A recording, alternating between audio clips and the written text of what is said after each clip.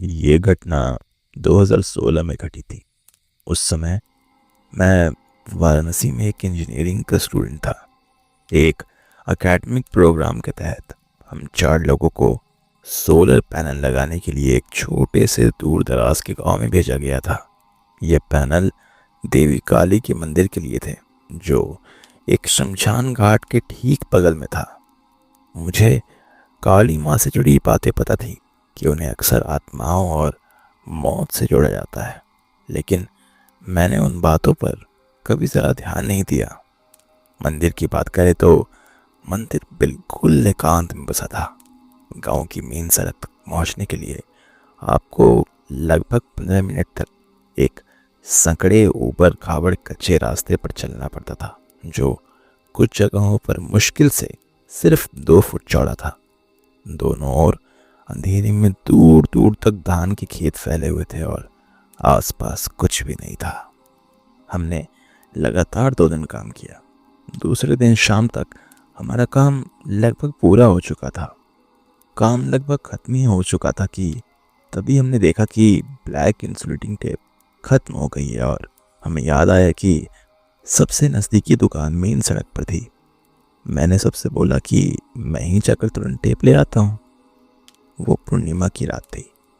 आसपास कोई भी स्ट्रीट लाइट या लैंप नहीं थे। वहाँ एकमात्र रोशनी सिर्फ चांद की थी। मैं उसी टूटे फूटे पथरीले रास्ते से होते हुए जा रहा था कि तभी अचानक मुझे लगा जैसे किसी ने मेरा हाथ पकड़कर जोर से खींचा हो। मैंने तुरंत अपना हाथ छुड़ाया और घूम कर देखा, लेकिन वहाँ कोई नहीं था। वहाँ कोई हलचल नहीं थी, बस एक खाली रास्ता, खेत और अंधेरे में चांद की रोशनी थी। मैं वहीं खड़ा का खड़ा रह गया। मैं कितनी देर तक उसी स्थिति में था मुझे खुद भी याद नहीं। मेरा शरीर मानो जैसे सन पड़ गया हो और मेरे हिलने की तो हिम्मत भी नहीं हो रही थी। थोड़ी देर बाद एक आदमी साइकिल पर वहां से गुजरा। उसने मुझे वहां खड़ा देखा और रुककर पूछा कि क्या हुआ है। मैंने उसे सब कुछ बताया। उसने ध्यान से सुना और फिर मुझसे एक अजीब सवाल पूछा। वो जानना चाहता था कि क्या मैं मंदिर की छत पर चढ़ा था। जब मैंने उसे बताया कि हाँ, मैंने ऐसा किया था, तो उसने एक सीरियस एक्सप्रेशन के साथ अपना सिर हिलाया और समझाया कि हिंदू धर्म में देवी के सिर पर खड़े होना घोर अनादर माना जाता है। उसने मुझे उसी इलाके में हुई और भी कई घटनाओं के बारे में बताया, जहाँ लोगों ने छुए जाने या पीछा किए जाने का एक्सपीरियंस किया था। उसने एक लोकल गांव वाले का भी जिक्र किया जो एक बार लापता हो गया था और बाद में जब वो खुद ब खुद वापस लौटा तो उसे कुछ भी याद नहीं था कि वो गया कहाँ था। फिर वो आदमी मेरे साथ दुकान तक गया, मेरे टेप खरीदने तक मेरा इंतज़ार किया और मंदिर तक मेरे साथ वापस आया। जब मैं अपने दोस्तों के पास सेफली पहुंच गया तभी वो वहाँ से गया। मुझे आज भी नहीं पता कि उस रात क्या हुआ था। वहाँ का माहौल ही ऐसा था कि किसी की भी हालत ख़राब हो जाती। तो हो सकता है कि शायद मेरे दिमाग ने ही कुछ बातें खुद से ही जोड़ ली हो। हालांकि उस पल से पहले मैंने कभी भी किसी पैरानॉर्मल चीज़ पर विश्वास नहीं किया था, लेकिन उस रात जो मैंने महसूस किया उसमें कोई शक नहीं कि वो बिल्कुल असली था।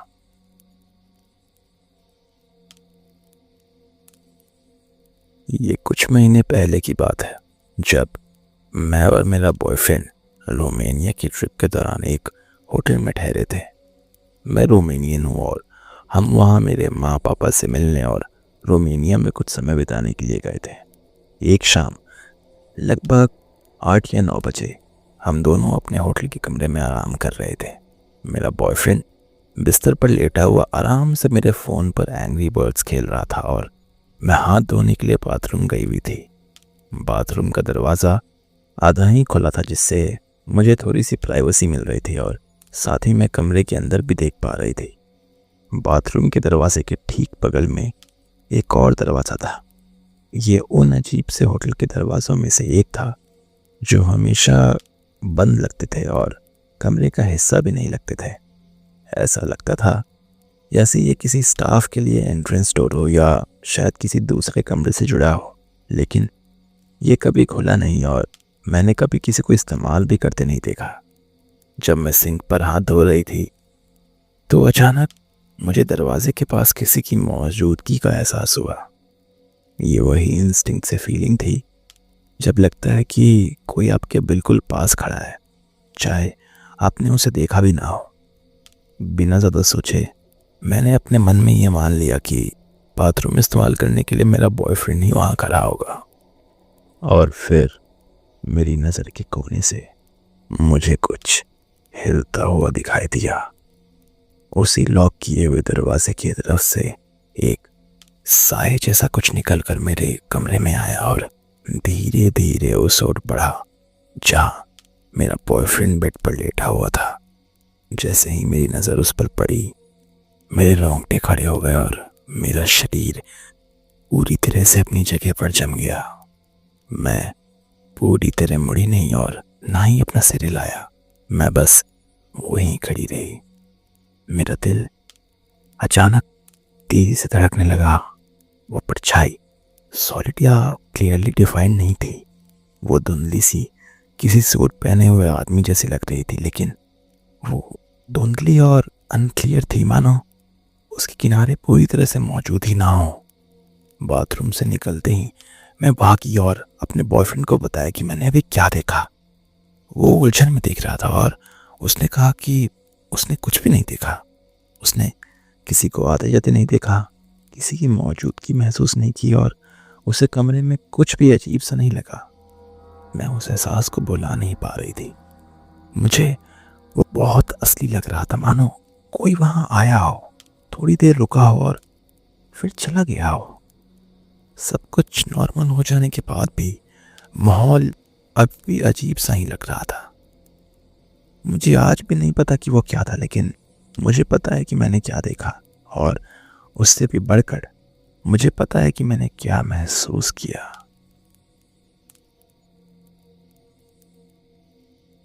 कई साल पहले मैं अपनी फैमिली और कुछ करीबी दोस्तों के साथ फ्रांस में छुट्टियां मना रहा था।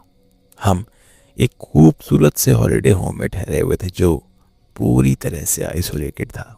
आसपास कोई पड़ोसी नहीं थे और ना ही गाड़ियों का कोई शोर था। बस हम थे, घर था और फ्रांस का शांत कंट्री साइड का इलाका था। जगह गर्म जोशी भरी, अट्रैक्टिव, बेदाग, साफ सुथरी और अच्छी तरह से देखभाल की गई थी। वहाँ पहुँचते ही हमें कंफर्ट और सेफ्टी का एहसास हुआ, पर हमें नहीं पता था कि वो सुकून भरा एहसास जल्दी ही टूट जाएगा। सारे बेडरूम ऊपर की मंजिल पर थे और हम सातों गहरी नींद में सो रहे थे। तभी अचानक एक जोरदार धड़ाम की आवाज़ से पूरा घर गूंज उठा।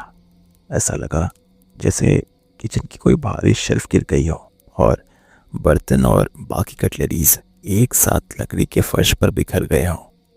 आवाज़ इतनी जोर की आई थी कि वो सीढ़ियों से गूंजती हुई ऊपर तक फैल गई। उसी पल हम सब हड़बड़ाकर नींद से जागे। कुछ ही सेकंड में ऊपर के बेडरूम के दरवाजे खुलने लगे और लोग घबराए हुए उलझन में हॉलवे में आ खड़े हुए। हम सब एक दूसरे से सेम सवाल पूछ रहे थे कि ये हुआ क्या। किसी को कुछ समझ नहीं आ रहा था, लेकिन एक बात साफ थी कि आवाज़ नीचे से ही आई थी और वो भी घर के अंदर से। सबसे पहले मैं, मेरे पापा और मेरा एक दोस्त नीचे गए। किचन तक पहुंचते ही हम खुद को तैयार कर रहे थे कि पता नहीं क्या देखने को मिलेगा, लेकिन वहाँ कुछ भी नहीं था। किचन ठीक वैसा ही लग रहा था जैसा उस शाम पहले था। हर बर्तन या तो ठीक से सजे हुए थे या अपनी जगह पर टंगे हुए थे। सारी कटलरीज भी अपनी जगह पर रखी थी। ना कोई शेल्फ गिरी थी और ना ही कुछ टूटा था। फर्श एकदम साफ था। दरवाजे अब भी लॉक थे और खिड़कियों से भी छेड़छाड़ किया जाने का कोई निशान नहीं था। हम तीनों चुपचाप वहीं खड़े एक दूसरे को देखते रहे, समझने की कोशिश करते रहे कि हमने आखिरकार सुना क्या था।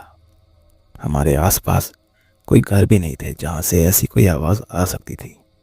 हमें पक्का यकीन है कि जो आवाज़ हमने सुनी थी वो साफ तौर पर घर के अंदर से ही आई थी। मैं आज तक उस रात को हुई उस घटना के बारे में सोचता हूँ। 7 लोगों ने एक साथ सेम आवाज सुनी थी, लेकिन उसकी वजह हम में से किसी को भी आज तक पता नहीं चली। मैं फिनलैंड में रहता हूँ और 2014 में मैंने एक ऐसी बिल्डिंग में एक अपार्टमेंट खरीदा था जो दूसरे वर्ल्ड वॉर के तुरंत बाद यानी 1950s के शुरुआती सालों में बना था। जंग के दौरान जब जर्मन सेना पीछे हट रही थी तब उन्होंने मेरे शहर को लगभग पूरी तरह जला दिया था। इसलिए उस दौर से पहले का बहुत कुछ अब तो बचा ही नहीं था। वॉर से पहले उस ज़मीन पर क्या था ये मुझे नहीं पता, लेकिन हाँ, मुझे वो बिल्डिंग और अपार्टमेंट दोनों पहली नज़र में ही पसंद आ गए थे। अपार्टमेंट बहुत ज़्यादा बड़ा नहीं था, लेकिन रहने के लिए बहुत कंफर्टेबल था।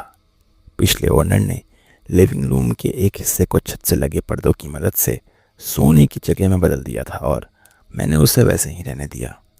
मेरा बिस्तर उन्हीं पर्दों के पीछे था। उसकी वजह से वो जगह थोड़ी ज़्यादा नीची और बंद सी लगती थी।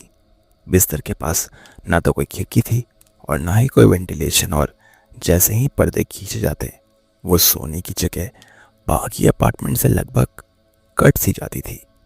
कुछ समय बाद मैंने छोटी छोटी अजीब बातें महसूस करनी शुरू की। कभी कभी सोते वक्त मुझे ऐसा लगता था जैसे मेरे चेहरे पर ठंडी हवा का झोंका आ गया हो। जैसा कि मैंने आपको पहले भी बताया कि वहाँ ना तो कोई खिड़की थी और ना ही कोई वेंटिलेशन, इसलिए मैंने इसे अपने दिमाग का एक इमेजिनेशन मान लिया। उस दौरान मेरी हेल्थ भी ठीक नहीं थी और नींद की मेरी परेशानी तो पहले से चल ही रही थी, इसलिए मैंने इस पर ज़्यादा ध्यान नहीं दिया। फिर मुझे स्लीप पैरालिसिस होना शुरू हो गया। पहले जहाँ जहाँ मैं रहा था वहाँ ये कभी कभार हुआ था, लेकिन इस अपार्टमेंट में ये काफ़ी बार होने लगा। मैं नींद से जागता लेकिन बिल्कुल भी हिल नहीं पाता और हर बार मुझे एक सडन रियलाइजेशन होता कि कोई मुझे देख रहा है।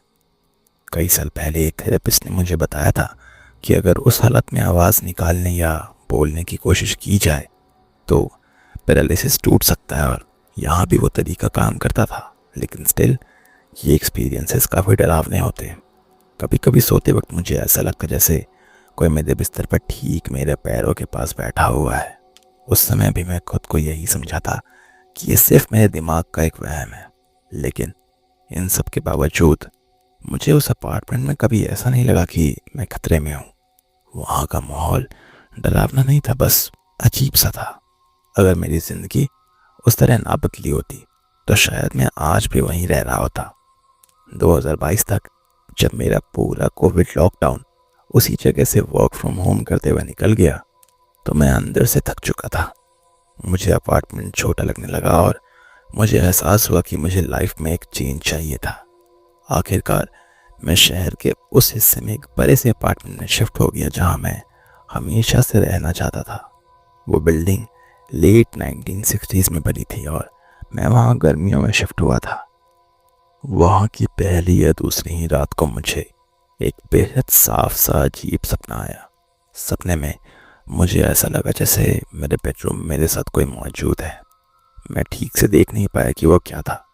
मुझे बस इतना पता था कि वो छोटा सा था, लगभग किसी बच्चे के आकार का। मैं बिस्तर पर उठकर बैठ गया और देखा कि वो तेज़ी से उस कपड़ों के स्टैंड के पीछे चला गया जिसे मैंने सामान खोलते वक्त कमरे के कोने में रखा था, और फिर वो गायब हो गया। मेरी नींद टूट गई और मैं बुरी तरह घबरा कर उठा। कुछ पल के लिए तो मुझे सच में लगा कि कमरे में अभी भी कोई है। मैंने लाइट जलाई और चारों तरफ देखा, लेकिन वहाँ कुछ भी नहीं था। इस अपार्टमेंट में ऐसा सपना मुझे बस वही एक बार आया। बाद में जो बात मुझे ज़्यादा अजीब लगी वो ये नहीं थी कि क्या हुआ, बल्कि ये थी कि शिफ्ट होने के बाद क्या नहीं हुआ। पुराने अपार्टमेंट को छोड़ने के बाद मुझे एक बार भी स्लीप पैरालिसिस नहीं हुआ। मेरा मौजूदा बेडरूम ज़्यादा खुला है, बेड विंडो के पास है और जगह को पहले की तरह घेरने वाली कोई चीज़ भी नहीं है। चेहरे पर वो बिना वजह ठंडी हवा का महसूस होना भी फिर कभी नहीं हुआ। कभी कभी मैं सोचता हूँ कि क्या वो सपना कोई ऐसी चीज़ थी जो मेरे साथ यहाँ तक आई और फिर रुकने का अपना मन बदल लिया। जिस कोने में कपड़ों का स्टैंड रखा था वो पुराने अपार्टमेंट की डायरेक्शन में ही था और ये बात मैं नज़रअंदाज नहीं कर पाता। हो सकता है इसका कोई मतलब ना हो, शायद ये सब बस एक इत्तेफाक हो। उस साल अक्टूबर में मैंने अपना पुराना अपार्टमेंट बेच दिया। अब वहाँ कौन रहता है मुझे नहीं पता, लेकिन मैं अक्सर सोचता हूँ कि क्या वहाँ रहने वाले किसी और ने भी वही अजीब बातें महसूस की होंगी जो मैंने की थी। मैं और मेरा परिवार इस घर में तब रहने आए थे जब मैं 6 साल की थी। उस समय हम अच्छे इलाके में नहीं रहते थे, इसलिए जब हमें एक ऐसा घर मिला जो एक सुरक्षित इलाके में था और काफ़ी किफ़ायती भी था, तो मेरे पेरेंट्स ने ज़्यादा सोचे बिना इस घर को खरीद लिया। हम हमेशा से स्पिरिचुअल क्लेंजिंग में विश्वास रखते थे। मेरे पापा के साथ मेरी शुरुआती यादों में से कुछ में ऋषि पत्तियाँ तोड़ना, उन्हें बांधना और घर के चारों ओर जलाना शामिल है। ये एक ऐसी चीज़ थी जिसे हम रेगुलरली करते थे इस नए घर में आने के बाद भी। फिर मेरे पापा का एक बहुत सीरियस एक्सीडेंट हो गया।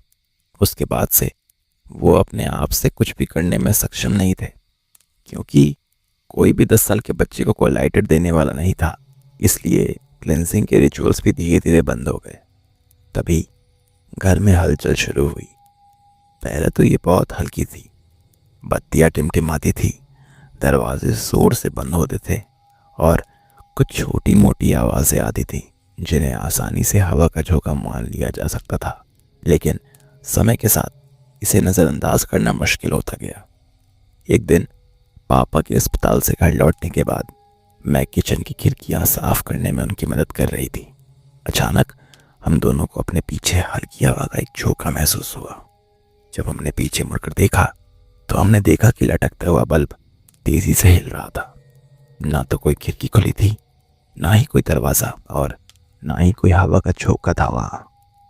हम ये समझने के लिए पास गए कि क्या हो रहा है, और ठीक उसी पल वो पूरा ढांचा नीचे गिर पड़ा। ये ठीक उसी जगह गिरा जहाँ हम कुछ सेकंड पहले खड़े थे। कांच चारों ओर बिखर गया और टक्कर से दीवार में गड्ढा हो गया। हवा को इसका कारण बताना नामुमकिन था। हमने तुरंत पूरे घर में ऋषि की पत्तियां जलाई, इस उम्मीद में कि जो भी घर में हो रहा है वो इससे रुक जाएगा। कुछ दिनों के लिए हमें लगा कि यह तरीका काम कर गया, लेकिन ये ज़्यादा देर तक नहीं चला। उसी हफ्ते बाद में मैं सुबह करीब 2 बजे उठी और देखा कि मेरे बेडरूम का दरवाज़ा थोड़ा सा खुला हुआ था। सोते समय वो पूरी तरह से बंद था। मैं हैरानी से उसे देखती रही और फिर मैंने दरवाजे के सामने एक परछाई को देखा। वो करीब 6 फीट लंबी थी। पहले तो मुझे लगा कि शायद मेरे पापा होंगे, लेकिन उनकी लंबाई तो मुश्किल से 5 फीट 8 इंच है। मैं एकदम से अपनी जगह पर जम गई। थोड़ी देर बाद वो परछाई मुड़ी और चली गई। उसके जाने के बाद भी मैं काफ़ी देर तक दरवाजे को देखती रही, खुद को यकीन दिलाने की कोशिश करती रही कि मैं सेफ हूँ। मैं पूरी रात सो नहीं पाई। मैंने अपने पापा को सही से नहीं बताया कि मैंने क्या देखा था। मैंने बस इतना कहा कि हमें घर को फिर से शुद्ध करना होगा। मैंने उस परछाई को एक बार फिर देखा, लगभग उसी तरह। उसके कुछ समय बाद मैंने अपना बेडरूम बेसमेंट में शिफ्ट कर दिया। तब से मैंने ऐसा कुछ दोबारा नहीं देखा है। बत्तियाँ अभी भी कभी कभी टिमटिमाती हैं और दरवाजे अभी भी अपने आप बंद हो जाते हैं, लेकिन हाल ही में ऐसी कुछ ज़्यादा अजीब चीज़ें नहीं हुई हैं। शायद ये सब एक कोइंसिडेंस था, या शायद नहीं। इसी अनसर्टेनिटी के कारण मैं यहाँ हूँ। मैं ये जानने की उम्मीद में हूँ कि मेरे एक्सपीरियंस के बारे में बाकी लोग क्या सोचते हैं। अपने दरवाजे और खिड़कियां बंद कर लीजिए, क्योंकि रात